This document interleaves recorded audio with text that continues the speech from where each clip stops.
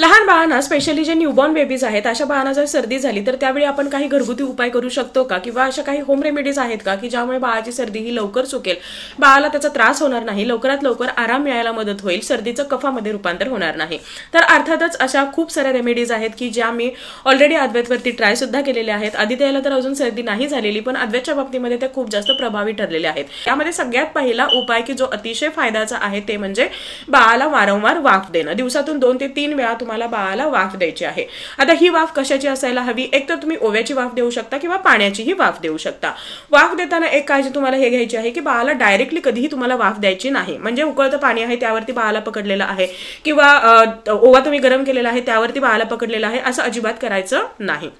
जिथे बाळ झोपलेलं आहे तर त्या रूम मध्ये ती वाफ असणं गरजेचं आहे. म्हणजे जर तुम्हाला पाण्याची वाफ द्यायची असेल तर तुम्ही बाथरूम मध्ये गरम पाण्याची वाफ करू शकता आणि तिथे बाळाला घेऊन जा आणि ती वाफ बाळाच्या नाकामध्ये गेली तर बाळाचं जी सर्दी आहे ही सुकायला मदत होईल.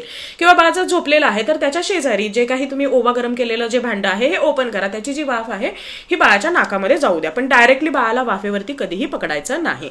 दुसरी गोष्ट आहे ती म्हणजे लसूण आणि ओव्याची पोटली तयार करणं. आता यासाठी काय करायचं आहे, तुम्हाला थोडासा ओवा आणि एक 3-4 जे काही पाकळ्या लसणाच्या आहेत ह्या थोड्याशा ठेचून घ्यायच्या आहेत, हलकसं गरम करायचं आहे आणि त्याची एक छान अशी पोटली बनवायची आहे आणि ती पोटली बाळाच्या नाकाशेजारी ठेवून द्यायची आहे. बाळ झोपला असेल तर त्याच्या शेजारी ठेवा किंवा बाळाच्या छातीवरती ठेवा की ज्यामुळे त्याचा जो वास आहे हा बाळाच्या नाकामध्ये जाईल आणि ही सर्दी आहे ही सुकायला मदत होईल.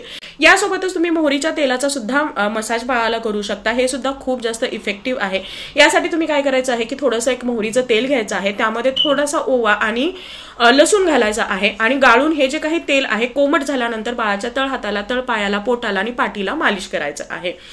आता हे जे मोहरीचं तेल आहे हे उष्ण असतं, शिवाय हे ॲलर्जिक सुद्धा असतं. काही मुलांना याची रॅश येऊ शकते, त्यामुळे आधी बाळाला थोड्याशा भागावरती लावून घ्यायचं आहे, पॅच टेस्ट करायची आहे, काही त्रास होतोय का पाहायचं आहे आणि त्यानंतरच हे पूर्ण शरीरावरती अप्लाय करायचं आहे.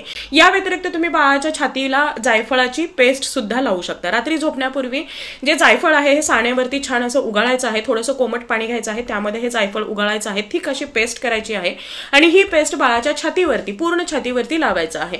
त्यानंतर त्यावरती एखादं गरम कापड किंवा बाळाला उबदार असं ड्रेसिंग करायचं आहे आणि बाळाला रात्रभर झोपू द्यायचं आहे. सकाळी उठल्यानंतर हे जे काही जायफळाची पेस्ट आहे हे कोमट कपड्याने पुसून घ्यायची आहे किंवा बाळाला आंघोळ घालू शकता. रात्रभर जर तुम्ही जायफळाची पेस्ट बाळाच्या छातीवरती ठेवली तर बाळाचा जो कफ आहे हा वितळतो आणि उलटी किंवा शीद्वारे बाहेर पडतो आणि बाळाची सर्दी सुद्धा लवकर सुकायला मदत होते. अगदी अर्ली स्टेज पासून तुम्हाला हे उपाय करणं गरजेचं आहे. बाळाचं अगदी नाक वाहतं आहे, बाळाला खूप जास्त त्रास होत आहे, त्यावेळी जर तुम्ही हे उपाय करायला घेतले तर त्याचा प्रभावही तेवढा होणार नाही, शिवाय बाळाचा त्रास हा वाढत जाणार आहे. अशा वेळी तुम्ही डॉक्टरांची मदत घेणं कधीही बेस्ट आहे.